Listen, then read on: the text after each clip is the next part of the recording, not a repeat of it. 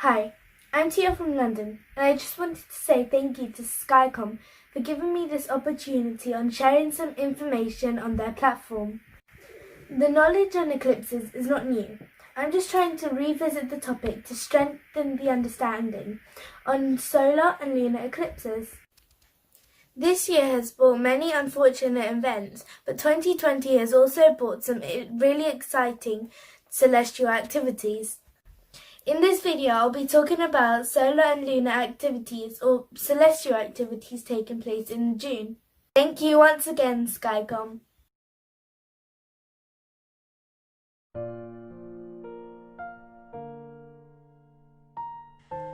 Hi guys, it's Tia, back with my third episode.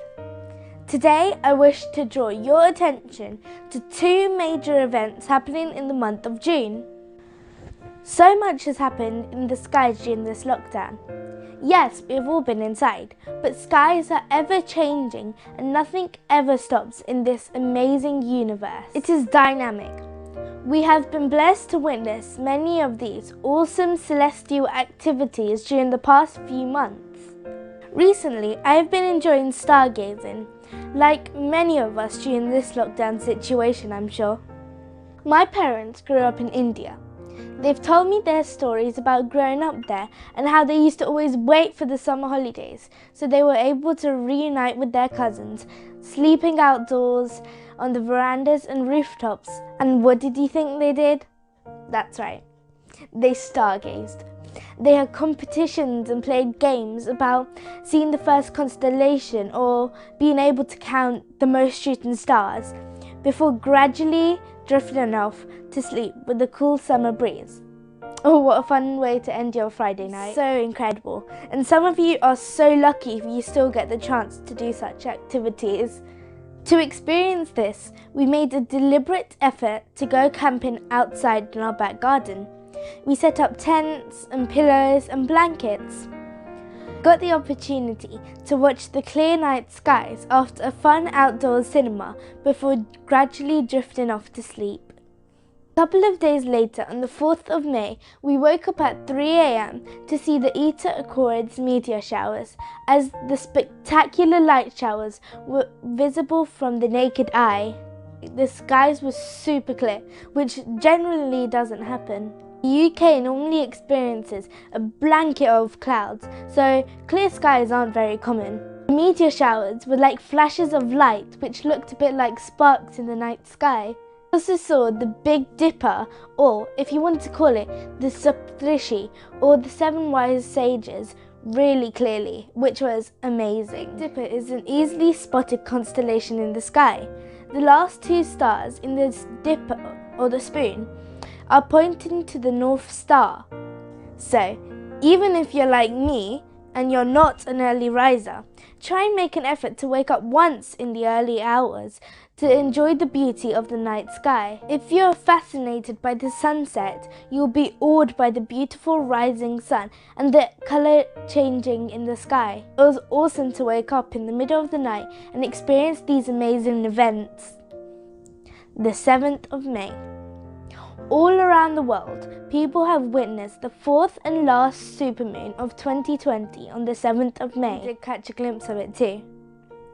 All around the world, people have shared spectacular images of this natural phenomenon. Then, on the 16th of May, we woke up at around twilight to see the newly discovered Comet Swan that is still soaring around the Earth towards the Sun, an average distance of 53 million miles. Comet Swan has a beautiful 11-mile long green tail that you can see behind it, but as it gets closer and closer to the Sun, it slowly evaporates, so you might not be able to see it. Unfortunately, we weren't lucky enough to see the Comet Swan, as it was only visible 10 degrees above the horizon, and living in the city with houses and trees around us, we didn't have a great advantage. If you were lucky enough to live by the seaside, you might have been able to see it. On that note though, we were able to see one of the planets as it shone big and bright like a star, but unfortunately we weren't sure which one it was. Well, That shouldn't disappoint us, because today I'm here to discuss the amazing celestial events that you'll be able to experience and enjoy. You need a small telescope or binoculars with you, and a hope for clear skies. We live on planet Earth, and all the natural events continue to happen around us. Lockdown can't stop it. We are part of this huge universe, and the universe never stops.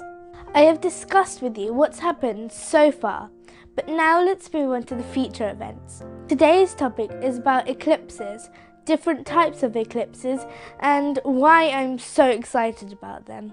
I'm very excited because, weather permitting, people from most locations around the planet will be able to catch a glimpse of at least one lunar eclipse. The first lunar eclipse was from the 10th to 11th of January 2020, and the next three are the 5th to 6th of June, 4th to 5th of July, and the 29th to 30th of November. Eclipses always come hand in hand. A solar eclipse always occurs 2 weeks before or after a lunar eclipse. There are only 2 eclipses in a row, but other times there are 3 eclipses during the eclipse season. So, similarly, the first solar eclipse will happen on the longest day, 21st of June, and then on the 14th of December 2020. According to NASA, 2 to 5 solar eclipses happen each year, but lunar eclipses are less frequent. To understand these a little better, let's start from what is an eclipse?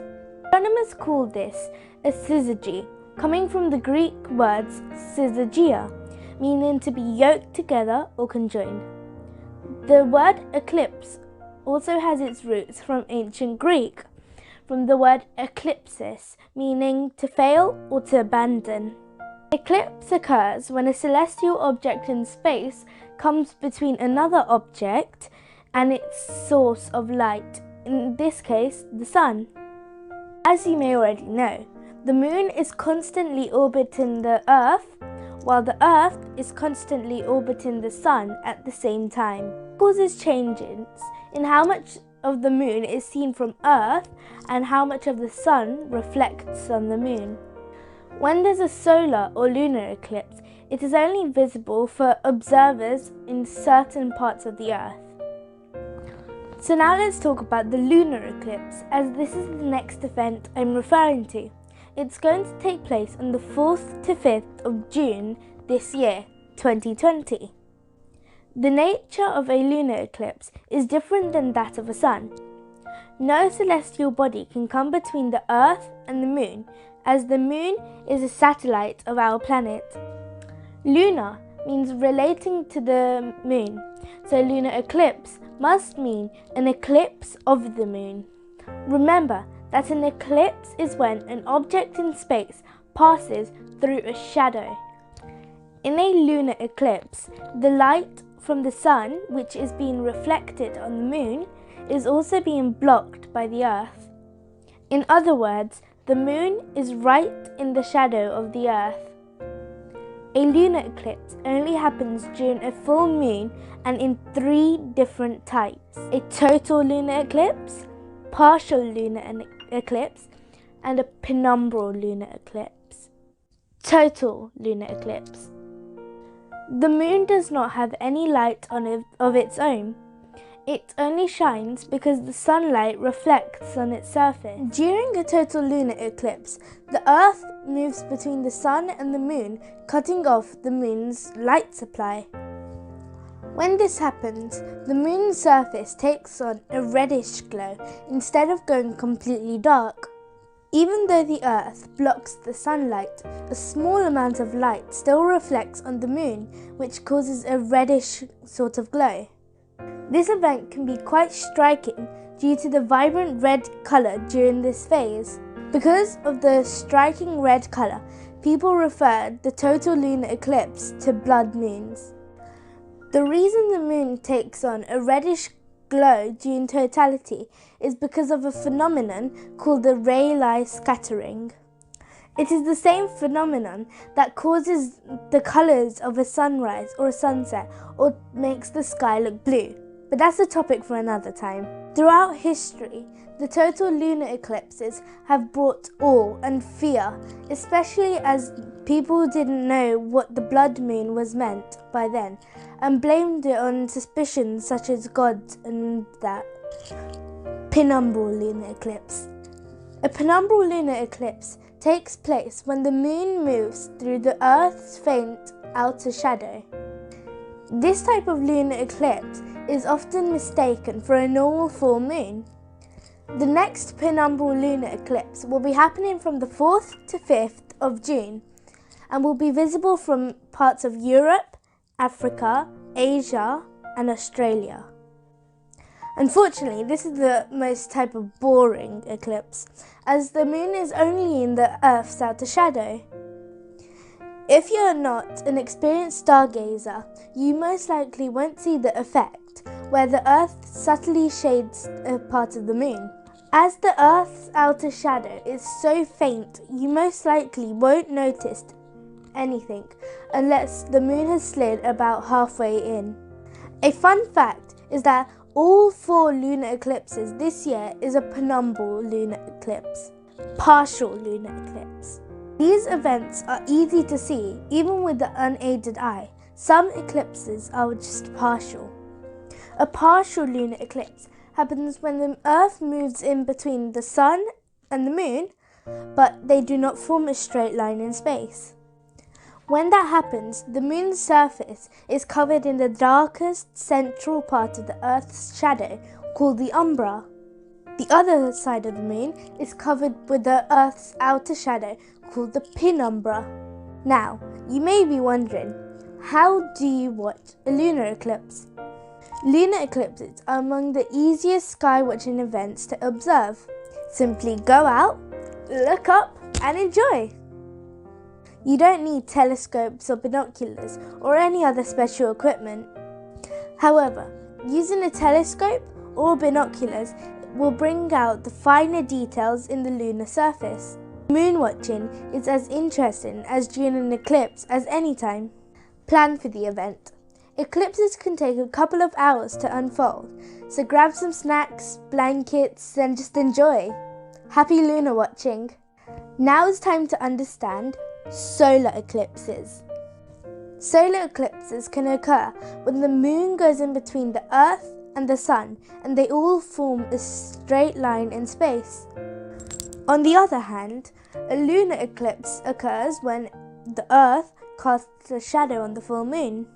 If a planet comes between the Earth and the Sun, it will appear as a black dot on the Sun. This is called a planet transit. There are between 2 and 5 solar eclipses each year. There are 3 types of solar eclipses: total, partial and annular. Also a rare hybrid that is a mix of the total eclipse and the annular eclipse. Let's look at these types in a little more detail. Total solar eclipse.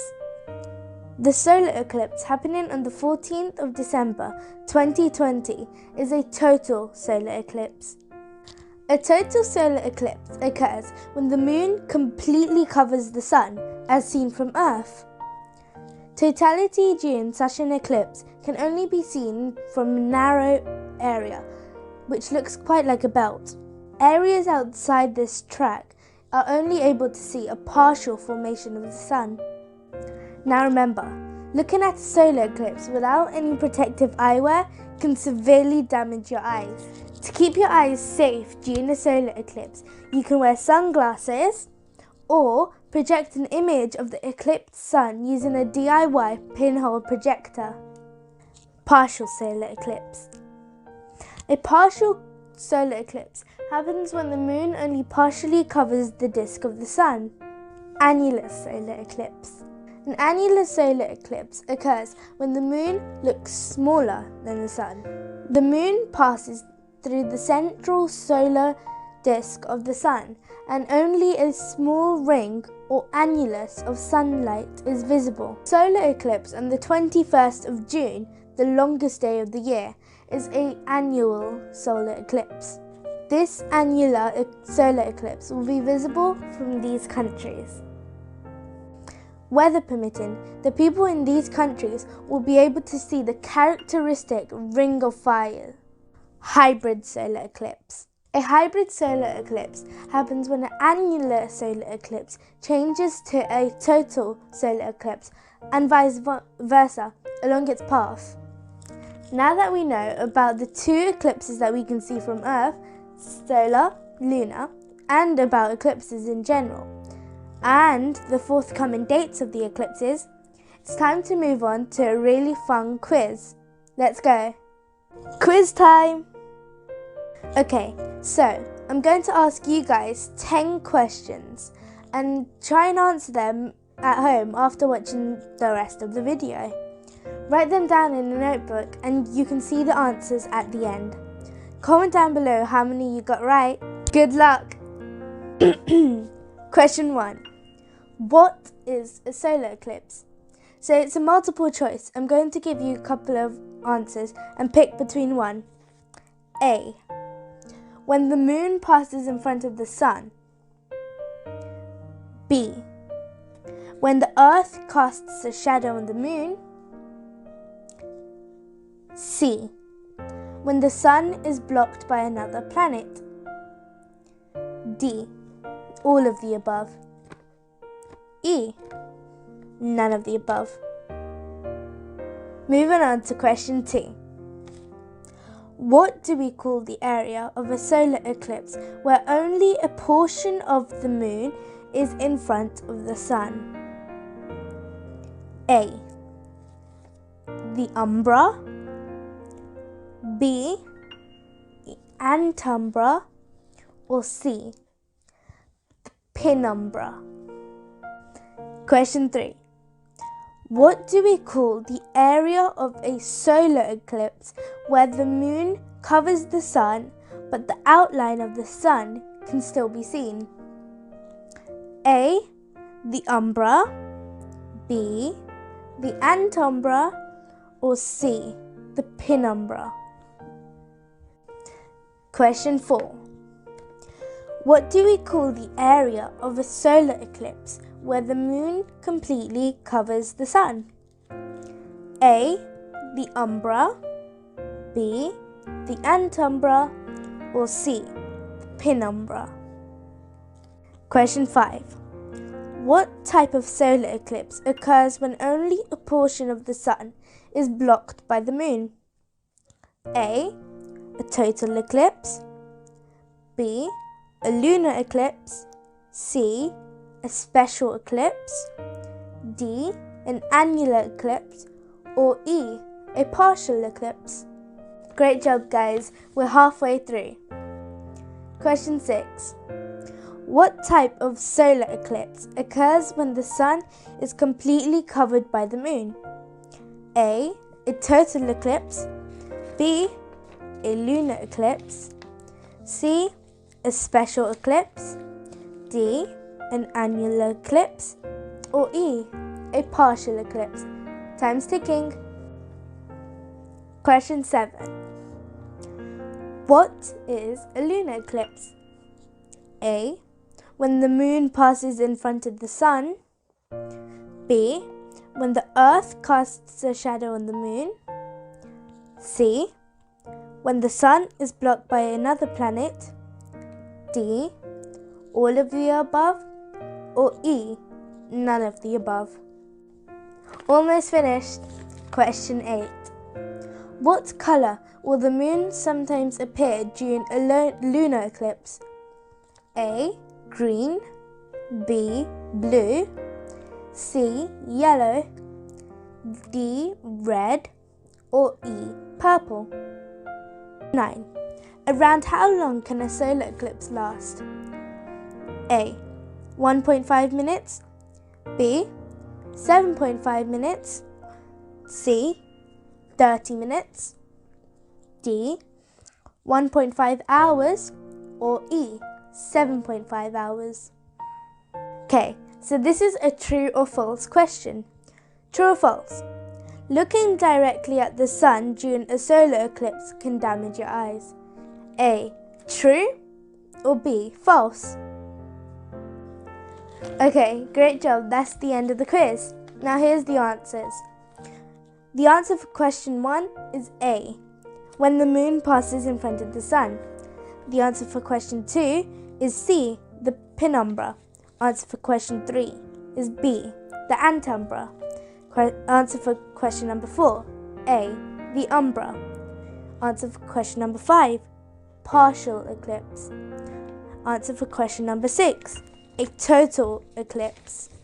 Answer for question 7, a B, when the earth casts a shadow on the moon. Answer for question 8, D, red.